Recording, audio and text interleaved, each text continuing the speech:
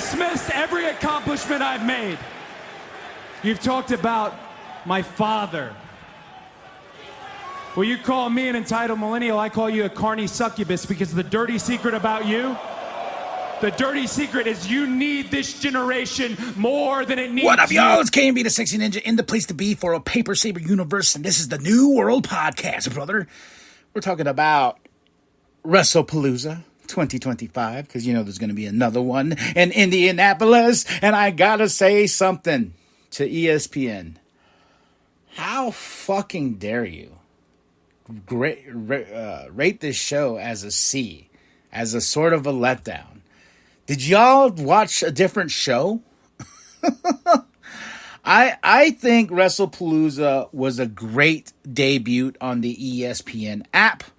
We got Cole and Wade on commentary, then joined by Pat. A new intro for Then, Now, Forever, Together.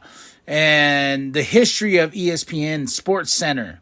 Sports is entertainment. I think WWE should get a pat on the back for the show.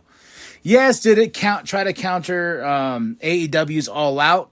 Yeah, it did, because the TKO's like, we want to destroy the competition, and WWE's the same way. It's just like, yeah, but I'm just here to enjoy some wrestling, just to be entertained. Let the sports entertain me. So with a really awesome debut, you can already tell where I'm going with this show. Like, I just thought them rating it with the C was like, what the fuck? You know, you couldn't pay off the guy that reviews the show for you. Yeah, are they going to do that for every single one? You know what I mean? But let's just talk about the show itself. John Cena versus Brock Lesnar. Cena comes out with the kids, you know. He's got the kids behind him. Make-A-Wish and this and that is what John's doing. John Cena. You can't see me, the Unseen 17.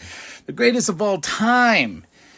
And I was like, all right, the beast is here. And I will say this about Brock Lesnar. I was like, holy shit. This guy is jacked. Beyond jacked. He's bigger than I remember seeing him. I was like, I think that he's going to squash John. I really do. And before we get started, John gets introduced by Alicia. And then here comes, my name is Paul Heyman. And he goes on and gives the best intro to Brock Lesnar. You know, the last ass kicker, everything like that. And we went away to ring the bell. And 5 F5s later, Cena was defeated. He beat the shit out of Cena. Brock said, fuck them kids. There was kids crying. They're like, what? And I was okay with this. I really was. I was like, you know what? Now we can build something with John. And maybe John's last opponent is Brock Lesnar. Maybe he goes through like the turmoil of just like, no, I have to have a win with Brock. You know, Brock just beat my ass in front of everybody. So the storytelling here, and it's just like, who's next for Cena? He's got 5 more appearances left, and it's counting down pretty quick. So I was okay with Brock destroying Cena and Brock winning this match. We have the Usos versus the Braun Brawns. I like that earlier LA Knight was inserted as the ref, because I was like, a standard Usos Braun match is just going to be boring. We've seen it in singles competition and the end of SmackDown, end of Raw every freaking week, you know. But adding a little bit of a stipulation into this, a little bit of a speed bump for both teams. LA Knight being the special guest referee, and talk about one hell of a tag team match. I mean, this was awesome. LA was just like, let the rules fly. Yeah. You know, playing with Braun, the Braun Braun's like, you can't do that. And then Usos, he's like, go ahead. He used the chair. You know, and then Jay got busted open. I was trying to figure out where. Did he hit LA's watch? You know, I'm thinking when he swung, he about almost hit him, and his watch hit his forehead. He cut him open pretty good. But I was surprised by this, especially, we really are building the Braun Brawns, and the Braun Brawns got the win over the Usos. And I will say this, oh my gosh, the music coming out, yeeting, that got me hyped, man. After being devastated by Cena losing in a good way, and then being lifted up by the Usos and seeing them, and Usos, man. But this was one hell of a match, and I hope Jay's okay with that bloody, bloody mess he had. Now, let's talk about my match of the night / moment of the night. Well, one of them, Stephanie versus Io for the Women's World Championship, the vacated championship. Oh my gosh. I mean, chef kisses. This was the show stealer. And I had so much emotions to the point to where after Stephanie got the win and Io and Stephanie showed respect to each other in the middle of the ring, bowing to each other, and I started crying. I really did, and I was so happy for Stephanie. I was so happy. Then she went to her dad, and I started crying even more. And I was like, "This is what? This is amazing. It's so beautiful." But no, man, match of the night, man. Awesome, fucking awesome, man. And Stephanie, you deserve it. Io, awesome as always. Awesome as always. Then we go into my second match of the night. Punk, Lee versus Becky and Seth. They were teasing AJ so bad that they're like, "Oh no, not yet. Don't tag her in yet. Don't tag her in yet." And I just feel like these two teams just had a lot of fun.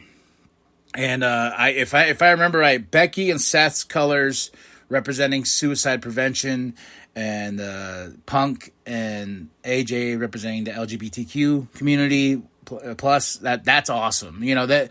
And Becky and Seth coming down looking like SpongeBob in the wizard costume, man. This was just fun. I mean, it was just a fun freaking match back and forth, and I was like, Punk and Lee getting the win was the right call. And this just means they got wins over the champions, so that means Punk can say, like, "Hey, I'm coming back for that title." And then AJ can come back for the Intercontinental Championship. So win-win for all of us wrestling fans. Oh!